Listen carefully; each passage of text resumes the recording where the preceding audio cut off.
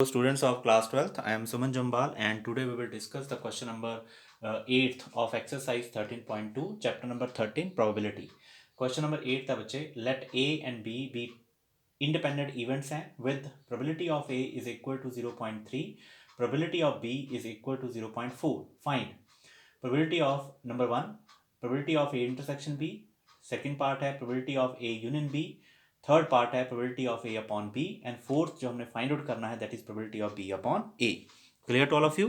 Solution start करते हैं बच्चे. फर्स्ट पार्ट हम करेंगे probability of A intersection B और हमें दिया है A and B are independent events. तो A probability of A intersection B it is the first part हमने निकालना है. तो अगर A and B independent events हैं तो probability of A intersection B होता है probability of A into probability of B के इक्वल. क्लियर.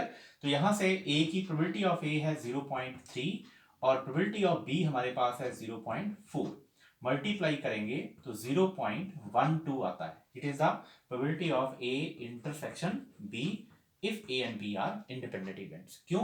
क्योंकि a and b are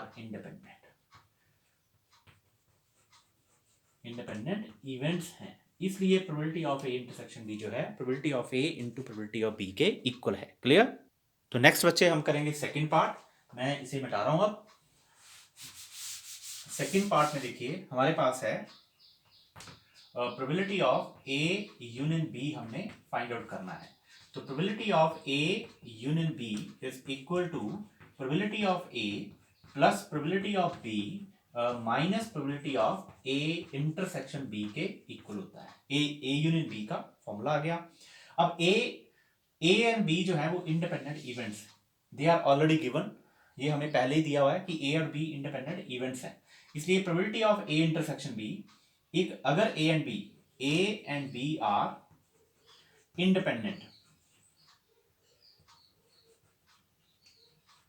independent events हैं तो इसका मतलब क्या हुआ कि probability of A intersection B जो है वो probability of A into probability of B के इक्वल हो जाता है. क्लियर. तो यहां पे probability of A intersection B के प्लेस पे हम लिख देंगे probability of A into probability of B. तो यह आएगा probability of A union B is equal to probability of A plus probability of B minus probability of A into probability of B. Clear.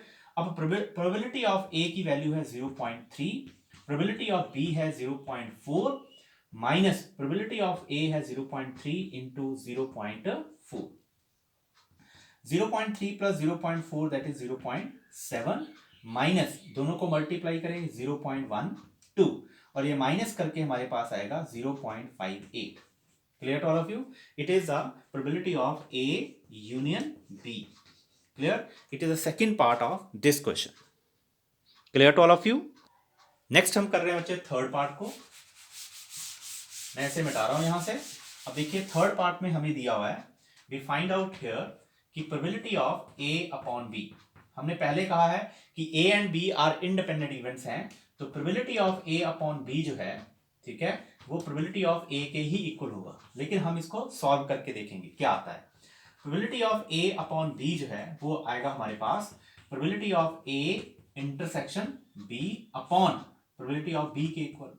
और A and B are independent events हैं. अगर A और B independents हैं तो probability of A intersection B जो है वो हो जाता है probability of A into probability of B के इक्वल. क्यों? क्योंकि ए और बी इंडिपेंडेंट है. तो ए इंटरसेक्शन बी के जगह पे आ जाएगा probability of A into probability of B. Denominator में आ जाएगा प्रोबेबिलिटी ऑफ बी. अब यहां से प्रोबेबिलिटी ऑफ बी से probability of B cut cancel out.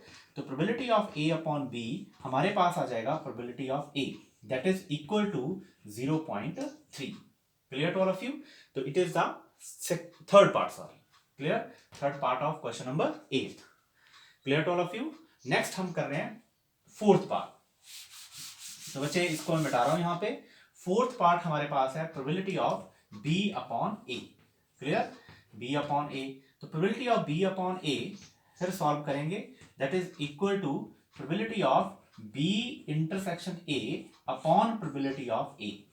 Clear.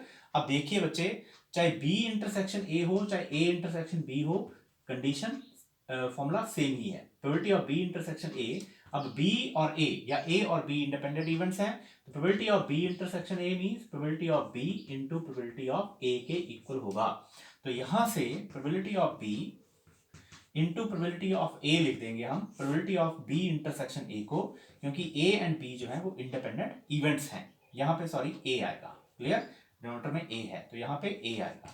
अब प्रोबेबिलिटी ऑफ ए से probability of A cancel out, हमारे पास probability of B upon A आ जाता है, that is probability of A, sorry probability of B, यहाँ पे बी बचा हुआ है, ठीक है। तो प्रोबेबिलिटी ऑफ बी जो है वो 0.4 है। तो answer of probability of B upon A is equal to 0.4। It is answer of this question. Clear to all of you? Thanks for watching.